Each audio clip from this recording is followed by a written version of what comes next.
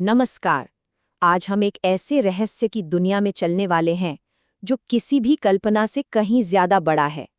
ये कहानी है आस्था की, इतिहास की और एक ऐसे खजाने की जिसने पूरी दुनिया को सचमुच हैरान कर दिया। अच्छा, एक सवाल है। अगर किसी से पूछा जाए कि दुनिया की सबसे अमीर जगह कौन सी है, तो क्या जवाब होंगे? कोई कहेगा स्विस बैंक, कोई शायद बकिंगम पैलेस या फिर कोई तेल से मालामाल देश। पर जो असली जवाब है, वो इन सब से कहीं ज्यादा चौंकाने वाला और रहस्यमयी है। जी, सही जवाब है दक्षिण भारत में मौजूद एक प्राचीन मंदिर।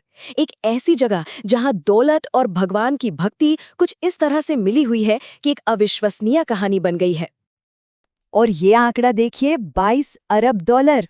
और रुकिए, ये तो सिर्फ एक शुरुआती मतलब कम से कम वाला अनुमान है। इसमें इन बेशकीमती चीजों की जो ऐतिहासिक कीमत है, उसे तो जोड़ा ही नहीं गया है। उसकी असली कीमत तो शायद कोई लगा भी नहीं सकता। जरा सोचिए, उस खजाने में क्या क्या मिला होगा। 3.5 फुट की भगवान महाविष्णु की ठोस सोने की मूर्ति, 18 फुट लंबी पूरी तरह सोने की बनी एक चेन, बोरियों में भरे हजारों साल पुराने रोमन सिक्के और हीरे इतने बड़े बड़े कि किसी आदमी के अंगूठे जितने हों। ये किसी फिल्म का सीन नहीं, ये सब सच में मिला है। तो चलिए, इस कहानी की गहराई में उतरते हैं। सबसे पहले बात करते हैं उस खोज की जिसने इस मंदिर को रातों रात दुनिया भर की सुर्खियों में लाकर खड़ा कर दिया था। ये सब साल 2011 में शुरू हुआ, जब भारत के सुप्रीम कोर्ट ने हुक्म दिया कि सदियों से बंद पड़े मंदिर के तहखानों को खोला जाए।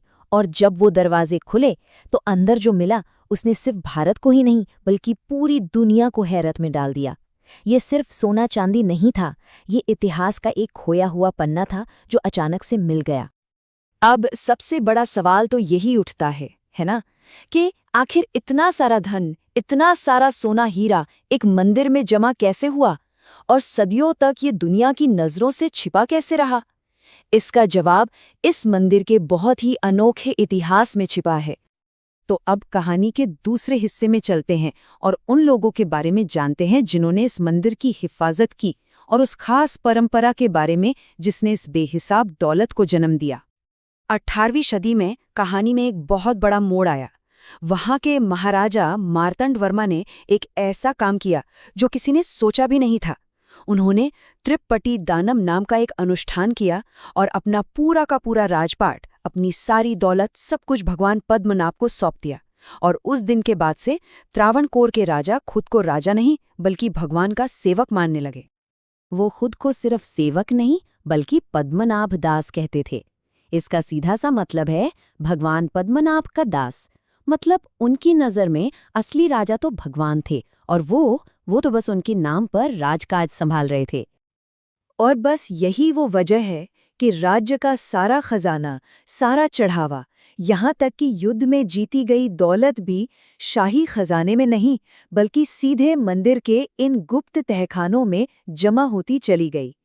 ये राजाओं के लिए एक पवित्र काम था, भगवान की संपत्ति की देखभाल करना। चलिए, अब इस दौलत से थोड़ा आगे बढ़कर मंदिर के आध्यात्मिक दिल की बात करते हैं, उस भगवान की जिनकी वजह से यह सब कुछ हुआ। मंदिर के अंदर भगवान विष्णु की एक बहुत बड़ी, करीब 18 फुट लंबी मूर्ति है। वो आराम करने की मुद्रा में लेटे हुए हैं। मूर्ति इतनी विशाल है कि उसके दर्शन एक बार में हो ही नहीं सकते। आपको 3 अलग-अलग दरवाजों से झांकना पड़ता है। एक से भगवान का चेहरा दिखता है, दूसरे से उनका शरीर और नाभि और तीसरे से उनके पवित्र चरण। और ये मूर्ति सिर्फ अपने साइज में ही खास नहीं है। ये किसी पत्थर या मेटल से नहीं बनी है, बल्कि कटु शर्कर योगम नाम के एक खास जड़ी बूटियों के लेप से बनी है। और इस लेप के अंदर 12,000 से भी ज्यादा पवित्र शालिग्राम पत्थर रखे हुए हैं। इसी वजह से इस मूर्ति को पानी से नहलाया नहीं जा सकता, जो इसे और भी ज्यादा रहस्यमयी बना देता है। तो यही वो अनोखे और शक्तिशाली भगवान थे जिनके लिए लोगों के मन में इतनी गहरी आस्था थी कि सदियों तक राजाओं से लेकर आम लोग तक अपना सब कुछ उन्हें चढ़ाते रहे। और यही चढ़ावा धीरे धीरे उस बेहिसाब खजाने में बदल गया। तो चलिए, अब कहानी को वापस वहीं ले चलते हैं जहां से ये शुरू हुई थी, मंदिर के तहखानों पर। लेकिन इस बार हमारी नज़र उस एक दरवाजे पर है जो आज भी एक बहुत बड़ा रहस्य बना हुआ है। मंदिर के बाकी तहखाने तो खोल दिए गए, पर एक दरवाजा आज भी बंद है, जिसे कहते हैं वॉल्ट बी। और इसे सिर्फ एक लोहे का मोटा दरवाजा बंद नहीं रखे हुए है, बल्कि सदियों पुरानी मान्यताएं, डर और कहानियां भी इसे सील करके रखती हैं। पुरानी कहानियों और मान्यताओं के हिसाब से इस दरवाजे को 16वीं सदी में एक बहुत शक्तिशाली नाग बंधम मंत्र से बंद किया गया था। मतलब ये कोई मामूली ताला नहीं है, ये एक आध्यात्मिक मोहर है जिसे तोड़ने की हिम्मत आज तक कोई नहीं कर पाया। इस तहखाने से जुड़ी कहानियां भी बहुत अजीब हैं।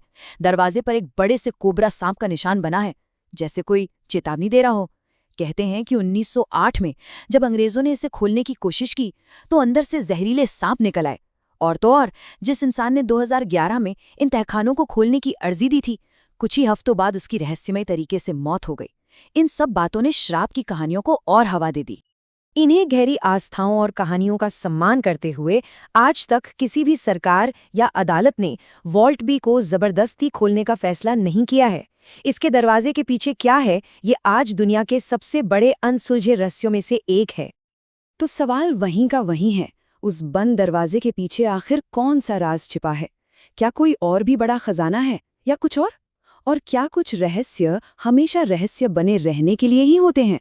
ये एक ऐसा सवाल है जो शायद हमेशा विज्ञान और आस्था के बीच खड़ा रहेगा।